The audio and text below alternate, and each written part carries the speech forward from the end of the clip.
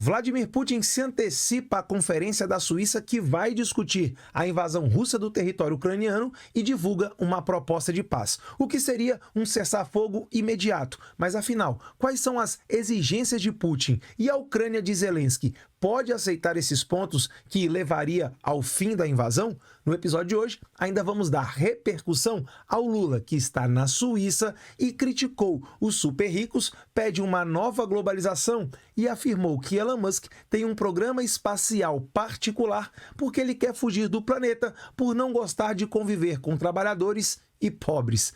Para você entender tudo o que está acontecendo na geopolítica internacional e também aqui no Brasil, confere aí o episódio de hoje. Atualiza aí! Fala galera, Tobi na área com mais um Atualiza aí no ar. Será que a guerra da Ucrânia está com os dias contados, perto de acabar? Vladimir Putin acaba de fazer uma proposta de paz. Mas em que consiste? Quais são os pontos? Quer saber tudo isso? Fica ligado aqui na reportagem que eu separei para você. No dia de hoje, Revista Fórum diz assim na sua manchete: proposta de paz da Rússia. Entenda as demandas de Putin e as recusas ucranianas. Ou seja, na manchete já deixa claro que a Ucrânia não gostou muito do que o Putin acabou propondo. Você vai entender tudinho aqui nas letrinhas pequenas, se liga aí. Nesta sexta-feira, dia 14, o presidente da Rússia, Vladimir Putin, anunciou quais são suas condições para a paz imediata no conflito da Ucrânia.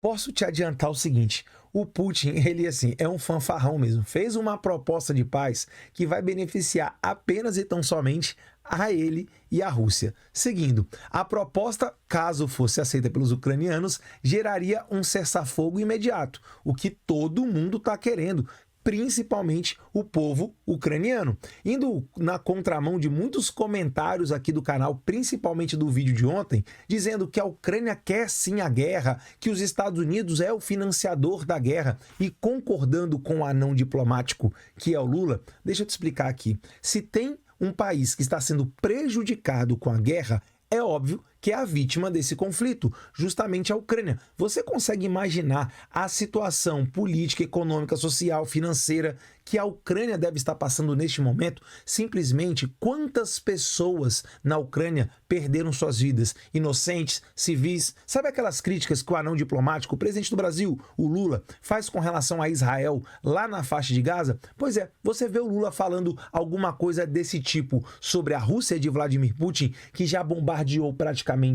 toda a Ucrânia, ou você acha que civis não perderam suas vidas nesses bombardeios? Ah, isso o Lula não vai falar. Pois é, então você que está fazendo esses comentários dizendo que a Ucrânia, que os Zelensky gostam da guerra, para e pensa um pouquinho antes de sair digitando qualquer besteira. É óbvio que o seu comentário aqui é muito importante, seja lá qual for o seu pensamento. Eu quero, bati aqui, eu quero ouvir o que você pensa, seja o que for, mas eu gostaria que você refletisse. Agora, se a sua opinião é essa mesmo, vai lá e destrincha nos comentários. Agora, olha só, vou te mostrar aí os pontos específicos que o Putin está exigindo da Ucrânia. Olha, nada mais, nada menos. Só isso. 2 pontos de fato relevantes. A proposta de paz apresentada publicamente por Vladimir Putin é a seguinte.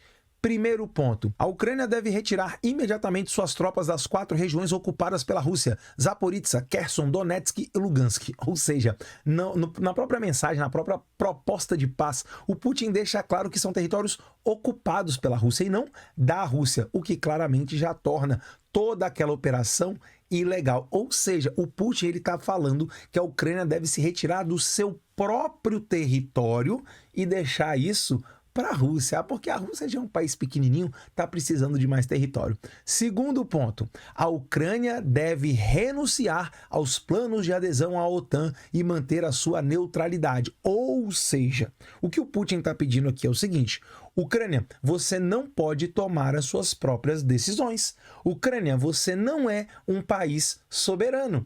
Lembrando que a primeira invasão russa do território ucraniano foi em 2014, quando a Crimeia foi invadida. Naquele momento, nada, absolutamente nada se falava de uma possível futura adesão da Ucrânia à OTAN. Nada disso acontecia. Então isso aí é meramente desculpa que o Putin criou uma narrativa para para fazer o que ele sempre quis: invadir a Ucrânia, ampliar o território russo e se mostrar para os russos e para o mundo como um líder forte. Só que parece que simplesmente as coisas não estão saindo como o planejado. Você acha que acabou? Tem mais um ponto, é que não apareceu aí, que isso aí foi um resumo. Ele diz o seguinte, que obviamente, ao ser aceito esse cessar-fogo, todas as barreiras ou sanções que o Ocidente impõe à Rússia neste momento, Rússia que hoje é o país mais sancionado do mundo, devem ser retiradas. Ué, Putin, você não é o bonzão? Por que você está pedindo para tirar as sanções? Faz comércio lá com Irã, faz comércio com Coreia do Norte, segue sua economia daí.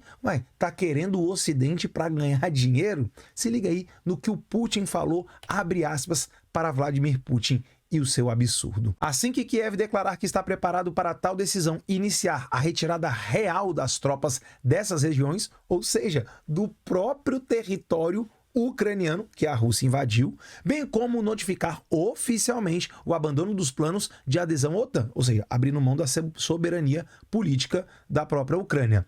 De nossa parte, imediatamente, literalmente naquele exato minuto, virá a ordem para cessar fogo e iniciar as negociações. Fecha aspas, disse Vladimir Putin. E aí, você acha que uma proposta desse tipo, nesses termos, podem ser aceitas pela Ucrânia? Você aí que coloca os seus comentários aqui e repite, seus comentários são muito bem-vindos. Acha que quem está certo nessa história? Você acha que o Putin está sendo minimamente razoável no que ele está pedindo? Quero saber sua opinião, coloca aqui nos comentários. Mas antes da gente ir para a próxima notícia, para o próximo assunto do episódio de hoje, deixa eu te mostrar aqui, bem rapidinho, o mapa da Ucrânia e como a Ucrânia vai ficar se essa proposta fosse aceita. Toda essa parte em vermelho aqui é o território ucraniano ocupado hoje pela Rússia. Ah, e um detalhe importante. No que o Putin falou, na proposta do Putin, em nenhum momento ele cita quem? A Crimeia. E você deve estar pensando, a Crimeia vai voltar para a Ucrânia? Não. É porque o Putin já considera há muito tempo, pelo menos desde 2014, que a Crimeia é um território russo. Ou seja, a Ucrânia iria perder mais de 20% do seu território simplesmente para ter um cessar-fogo e o Putin continuar fazendo o que ele bem entende. Agora vem aqui uma questão fundamental. Presta bastante atenção aqui nessa imagem que eu coloquei do lado, dessa thumbnail que eu criei para o vídeo de hoje. Você acha que eu fiz isso aqui por acaso? Claro que não.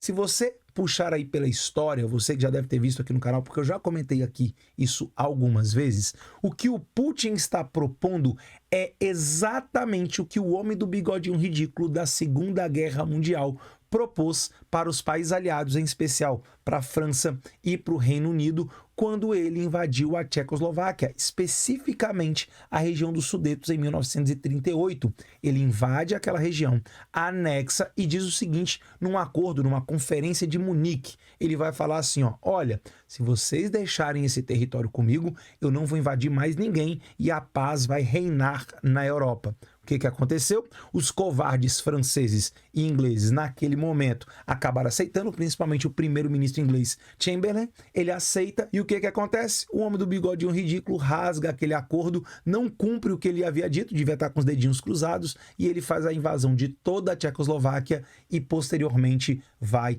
para a Polônia, dando início à Segunda Guerra Mundial. Agora, vamos só lembrar, porque é importante, para aqueles que gostam de falar que a Rússia que venceu o homem do bigodinho ridículo e seus soldados, vamos só lembrar que quando a Alemanha invade a Polônia, os ministros de Stalin e do homem do bigodinho ridículo fazem um acordo, Ribbentrop-Molotov, e simplesmente a Polônia é dividida, justamente entre esses dois. Ou seja, você acha que dá para confiar em russo? Não, nem um pouco. Ou seja, já existe na história um precedente e eu acredito, e Zelensky também falou isso, que o Putin, caso conseguisse esse acordo, que obviamente não vai ser aceito, ele não pararia. Logo depois ele se reorganizaria, recuperaria a economia e principalmente as forças armadas russas. E sabe o que ele iria fazer? Iria marchar por cima de toda a Ucrânia e conquistar outros territórios europeus. É por isso que isso não pode ser aceito pela Ucrânia e nem será. a ver o que vai acontecer na Conferência da Suíça, que vai fazer, provavelmente, uma proposta de paz. Que proposta é essa? Para você saber, basta você ficar ligado aqui no canal.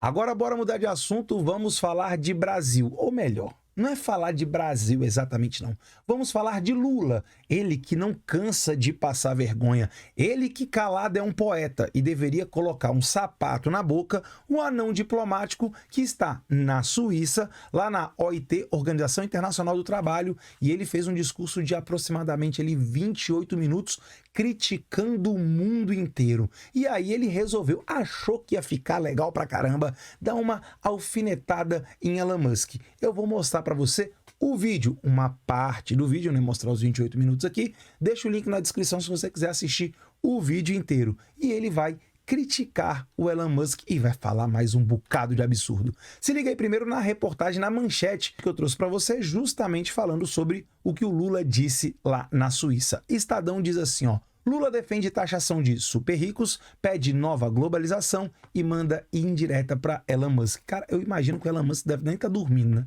O Elon Musk deve estar preocupado com Lula, esse homem extremamente inteligente. Seguindo aí, letrinhas pequenas. Presidente afirmou durante conferência em Genebra que recuperar o papel do Estado como planejador do desenvolvimento é tarefa urgente.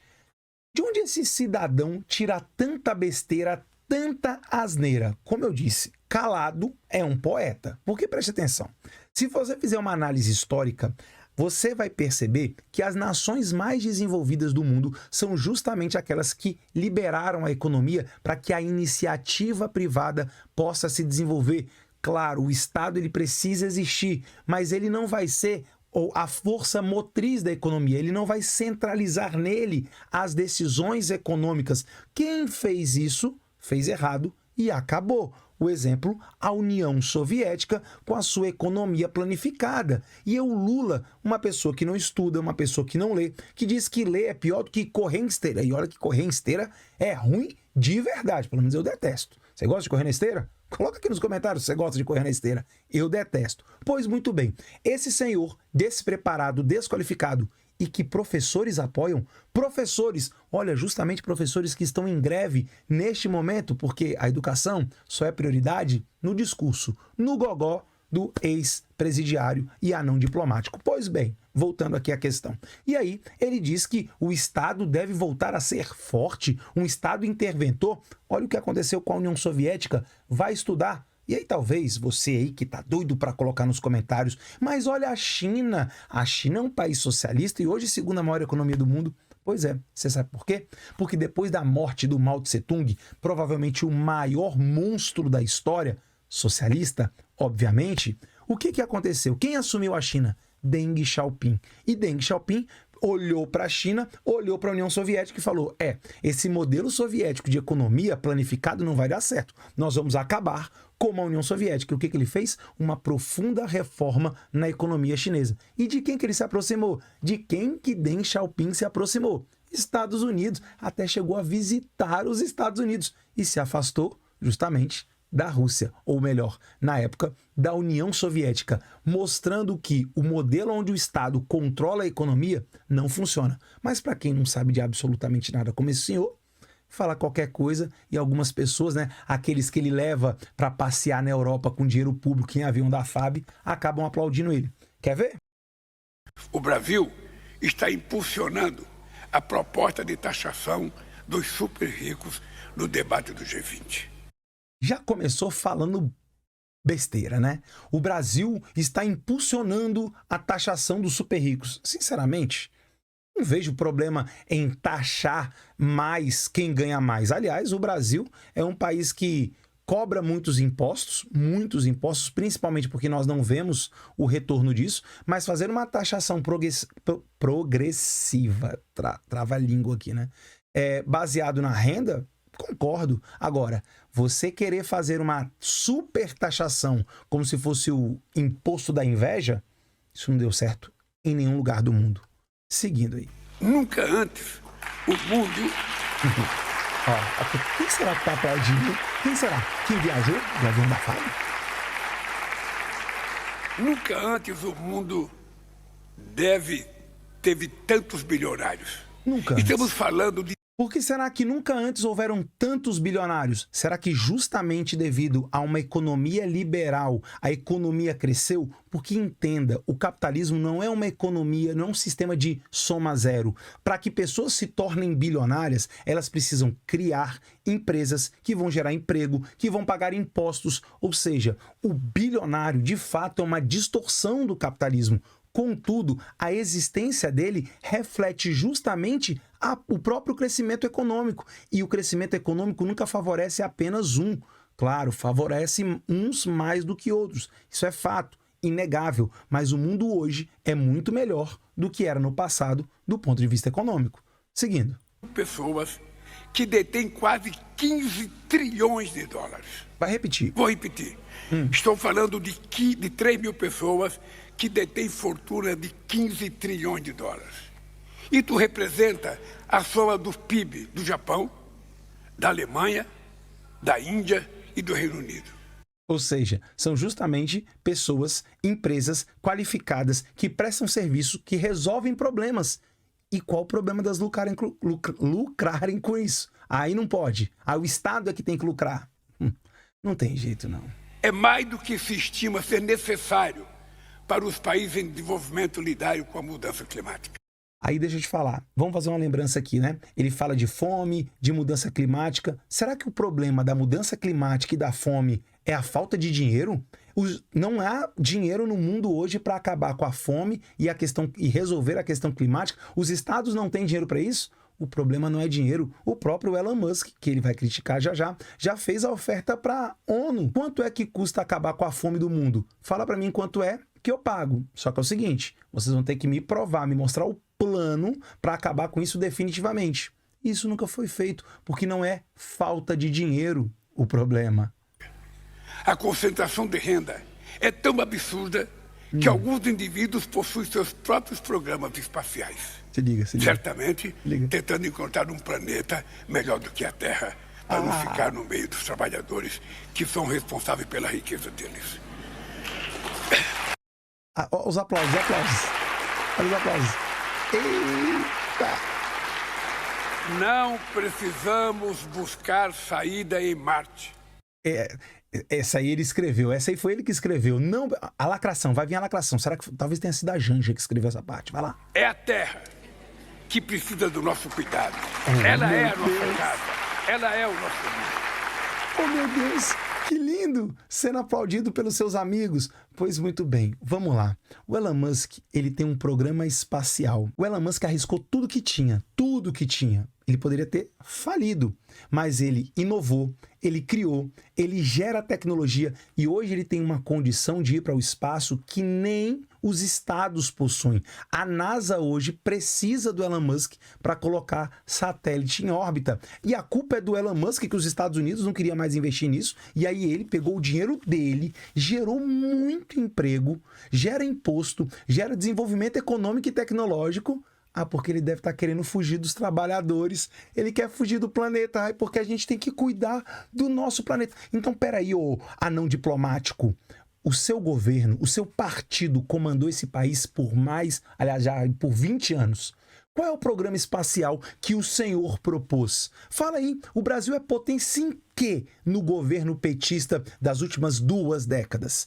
Em porcaria nenhuma. Repito, coloque um sapato na tua boca e pare de falar bobagem e envergonhar o Brasil. Volta para casa, já que você foi eleito, sabe-se lá como, a gente imagina, né?